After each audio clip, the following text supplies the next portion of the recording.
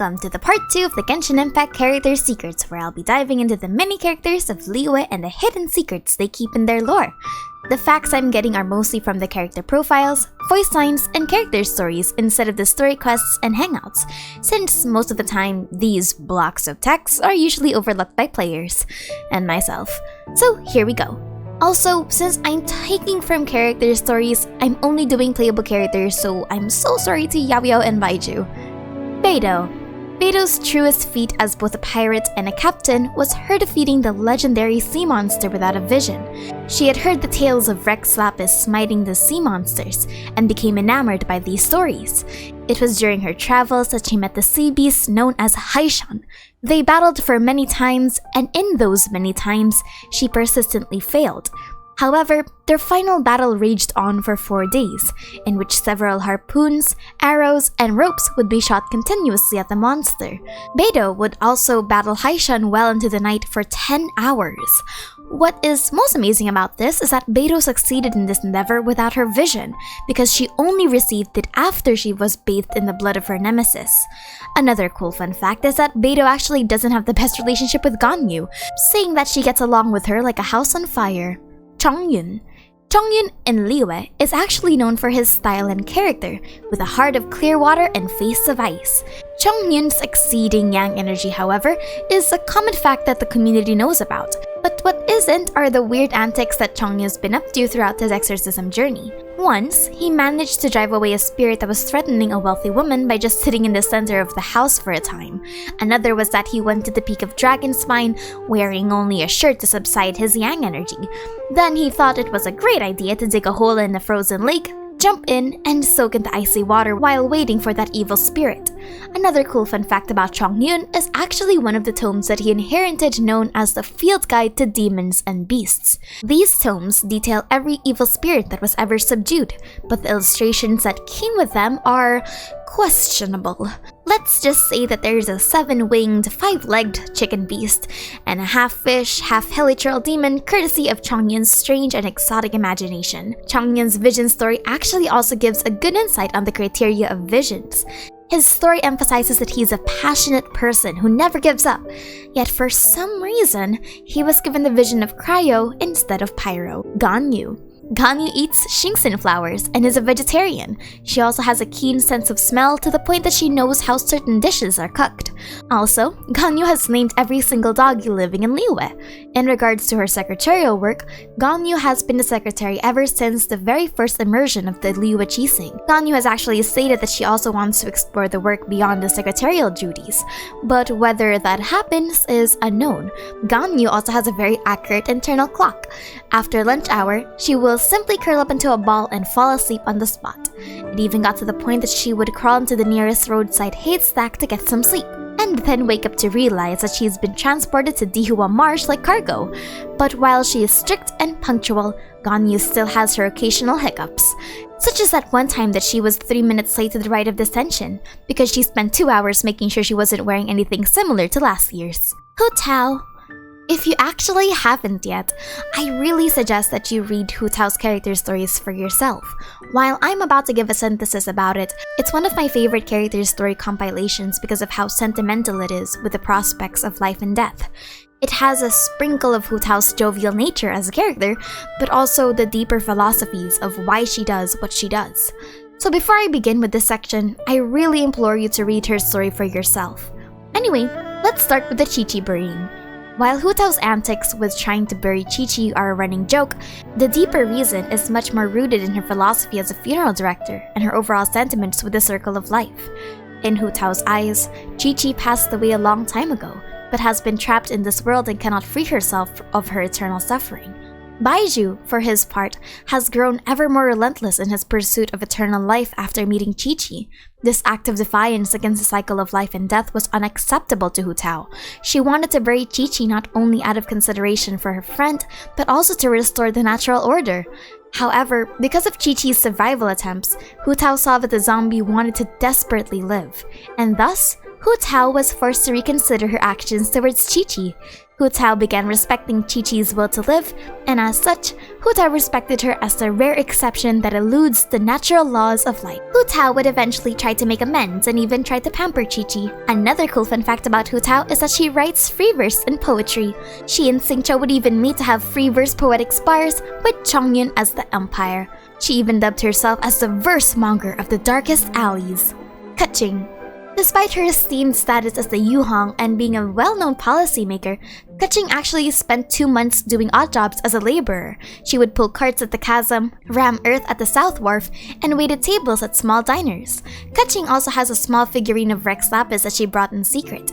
Scratch that. She apparently has an entire shelf dedicated to Rex Lapis figurines. One last cool fun fact about Keqing is that she is one of the few characters to try and get rid of her vision, even making attempts to destroy it. She left it in a huge fire for 3 days, ran over it with a minecart full of rocks, and even hurled it off of the Jade Chamber. But for some reason, nothing happened. Ningguang. If you think of Ningguang, you oftentimes see this illustrious businesswoman who is untouchable to many, and apparently knows everything about everyone. There is a rumor in Liyue that Ningguang enchanted the Jade Chamber in such a way that allows her to eavesdrop on everyone in the city's private conversations. The truth is, however, that the children are the eyes and ears of the Tianquan. Between them, they are aware of every confidential meeting, every private conversation, and every new visitor to the city. And Ningguang is simply known as the elder sister who plays with the kids. When Ningguang gathers the children around her, her promise of delicious treats proves to be an irresistible incentive, and so they tell her everything they know. Once she has finally carefully cross-referenced everything she has learned from the children against other sources, there is no secret hidden from her in Liyue Harbor. Ningguang also invented her kind of chess, a chess where instead of just simple chess, there are different-sided dice that determine the distance a piece travels. It's also embellished with Liyue-styled vendors, people, and sceneries. Another cool fun fact about Ningguang's profile, by the way, is her very heartwarming birthday line. If you play as Ether, Ningguang will give you a brocade, but she will also give an extra one for Lumine, saying that she wishes both of you a very happy birthday. This doesn't work vice versa, so I have to pay respect for Abyss Aether, I guess. Qiqi. In terms of power, what Qiqi lacks in general stature, she makes up for in speed. According to her character story, Qiqi unleashes her regular self-control of staying upright and increases her speed and strength. Another sadder fact is that while the gimmick of Qiqi's orders is funny on the surface, she actually follows them with robotic precision. If these orders are simply like defeat the enemy, Qiqi has no problem fulfilling them. But when faced with complex instructions such as go to Jueyan cars, climb the sheer rock faces and pick herbs, Qiqi sometimes winds up stuck below the cliffs, unable to give up no matter how many times she tries. The method to cancel her orders is actually very simple though. Hug Qiqi from behind and tell her something like, "I love you the most," and the order will dissipate just like that. Unfortunately, there's just no level of sincerity when Baizhu does it, leading to greatly reduced results. If you're also curious about how Qiqi died, she accidentally trespassed the realm of the Adepti and was caught in the crossfire of a battle. When she was actually first given the Adepti energy to revive, she went berserk, which is why she was sealed by Mountain Shaper and Amber. Shenhe. A majority of Shenhe's character stories have actually already been implemented in her Archon Quest interlude, so let's just focus on the little tidbits of her personality instead. Shenhe's story revolves around calamity, and as such, her fortune and fate aren't necessarily the best. Liyue has its own fortune-telling destiny reading methods, similar to astrology. When the Adepti rescued Shenhe, Mooncarver did once read her a fortune. The signs showed that she was marked by both the solitary star and disastrous evil, and that she was also plagued by intense homicidal urges. She was thus a person of supremely ominous destiny, doomed to harm both herself and others.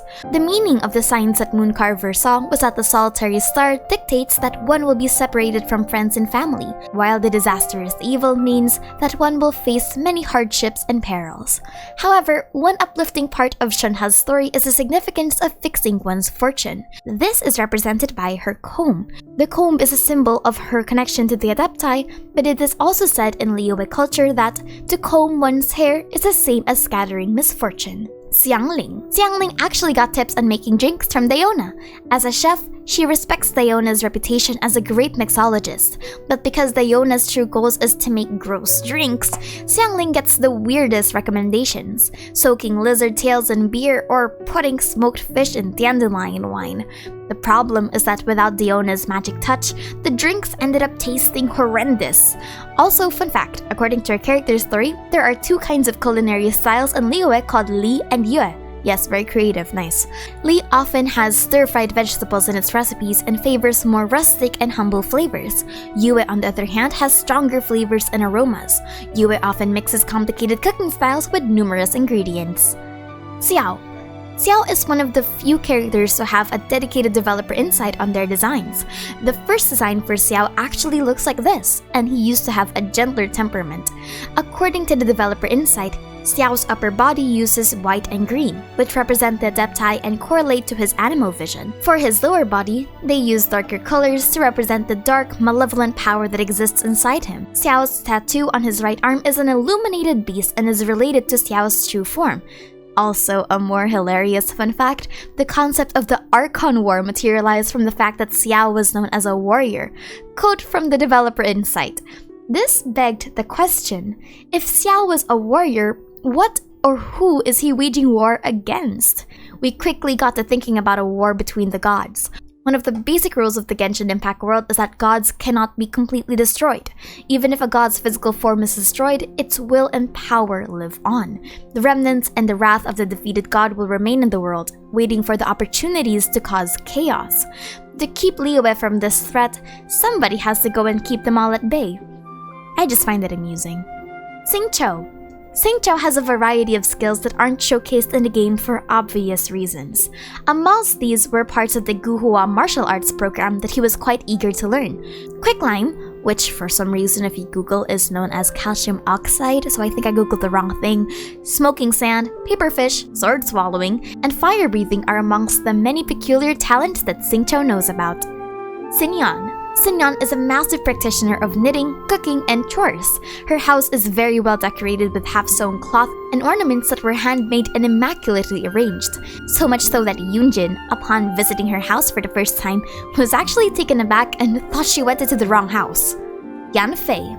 Yanfei is one of the few adepti that never formally signed a contract with Rex Lapis. Well, probably because she's a half-adepti and that she is relatively younger than the other adepti we know of.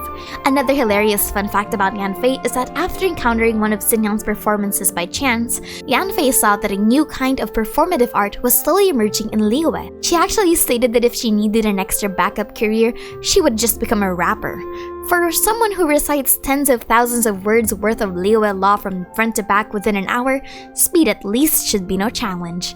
Also, fun fact, Yanfei's Wrath of the Flame is very much inspired by Wrath of the Rock. She herself named it after Rex Lapis' way of restraining people. Yelan could actually handle a lot of spice and took a bite out of a raw Jueyun chili once, according to Xiangling's voice lines. From her character stories, she also oversees the Special Attention List of the Ministry of Civil Affairs, a list dedicated to questionable individuals that are worth keeping a strict surveillance of. This list was actually mentioned in Beidou's Hangouts, but Yelan's character story 4 lists some more individuals. The people on the list aren't necessarily evil, since the list has Beidou and the Traveler listed, as well as some reclusive adepti that are most likely Mountain Shaper, Moon Carver, Cloud Retainer, and the Vigilant Yaksha.